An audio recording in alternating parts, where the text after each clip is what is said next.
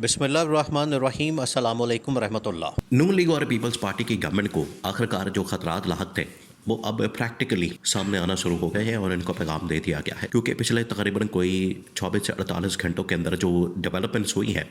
मुसलसल, उसमें जितने बड़े बड़े तजियाकार तबसरा नगार मौजूद हैं पाकिस्तान में, उन्होंने इस हवाले से प्रेडिक्शन करना शुरू कर दी है कि आने वाले दिनों में 2-3 चीज़ें बड़ी वाज़ेह तौर पर नज़र आएंगी। अब डेवलपमेंट्स क्या हुई हैं, पहले तो आपने उनको जहन में रखना है। वो डेवलपमेंट्स को सामने रखते हुए आपको आइडिया होगा कि अगले 2 से 4 महीनों के अंदर क्या होने वाला है इस हुकूमत के साथ, इस गवर्नमेंट के साथ। पहले डेवलपमेंट्स, ये आप इस सिनेरियो को, पूरा सीन को आपने समझना। सीन ये है, देखिए पाकिस्तान में जो बड़े बड़े तजियाकार हैं उसमें एक हामिद मीर का बहुत बड़ा नाम है। पाकिस्तान में जितने भी बड़े बड़े सहाफ़ी हैं उसमें हामिद मीर टॉप के जर्नलिस्ट हैं। उन्होंने जो पाकिस्तान के इंटरनल और एक्सटर्नल जो थ्रेट्स और चैलेंजेस पाकिस्तान को दरपेश हैं उनको सामने रखते हुए अपने वीलॉग के अंदर, क्योंकि आपको पता है उन्होंने भी एक वीलॉग का सिलसिला शुरू किया, उस वीलॉग के अंदर हामिद मीर ने इंटरनल एक्सटर्नल चैलेंजेस को सामने रखते हुए नून लीग पीपल्स पार्टी की गवर्नमेंट को ख़तरात से आगाह कर दिया और बता दिया कि आपके साथ क्या होने वाली है। इसके अलावा उनके पास इस्टेब्लिशमेंट की फ़र्स्ट हैंड इंफॉर्मेशन मौजूद है, नॉलेज है, उन्होंने वो भी इनको बता दिया। अब वो क्या सीन क्या, एक तो उन्होंने कहा कि पाकिस्तान के अंदर ये जो सुहेल अफरीदी ने काम किया, सुहेल अफरीदी ने जिस तरीके से सियासी तौर पर, अमली तौर पर, प्रैक्टिकली उसने आवाम के अंदर जाने का फ़ैसला किया और उसने पंजाब का भी दौरा किया, उसने सिंध का भी दौरा किया और आगे बलूचिस्तान का भी दौरा होगा। हामिद भी ने कहा कि ये जो सुहेल अफरीदी का दौरा है पंजाब का, सिंध का, जिस तरीके से आवाम ने उनको वेलकम किया, आवाम ने जिस तरीके से उनका इस्तकबाल किया हुकूमत की रुकावटों के बावजूद, ये बड़ा ज़बरदस्त और दिलचस्प मामला सामने आया। पंजाब के अंदर तो बिल्कुल इन्होंने कंट्रोल करके रखा, पंजाब के अंदर तो इन्होंने सुहेल अफरीदी को ज़रा भी स्पेस नहीं दी। इसके बावजूद पंजाब के लोगों ने बड़ा ज़बरदस्त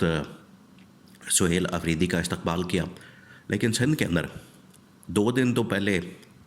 इनको अच्छा वेलकम किया गया, तीसरे दिन जो है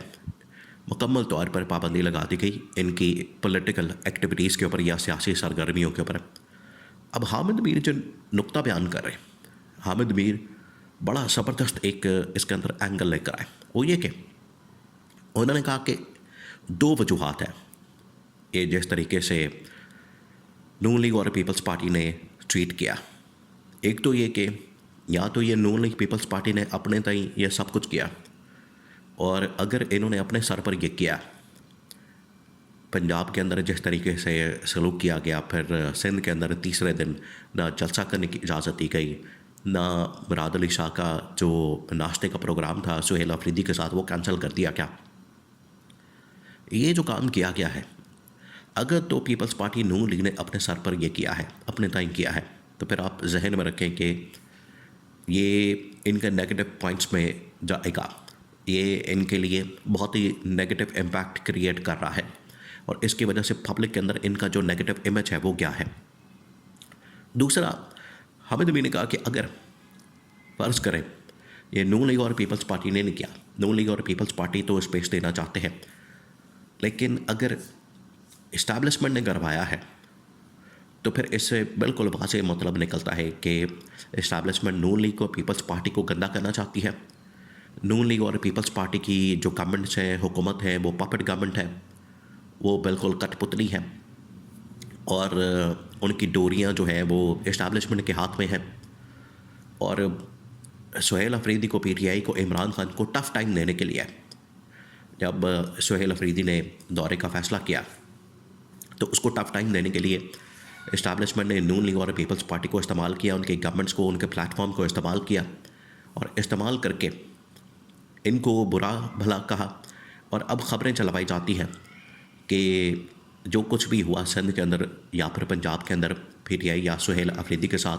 वो इस्टेब्लिशमेंट ने नहीं किया बल्कि नून लीग और पीपल्स पार्टी ने किया। तो इससे वाज़ेह हो जाता है कि दोनों सूरतों में आप इस बात को जहन में रखें, आप ज़रा सोचें,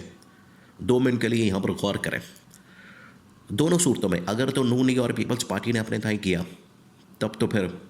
आप समझे बिल्कुल ही फारिग हो गया जाए। और अगर ये इस्टेब्लिशमेंट ने इनका प्लेटफॉर्म इस्तेमाल करके, इनका कंधा इस्तेमाल करके, इनकी हुकूमतों को इस्तेमाल करके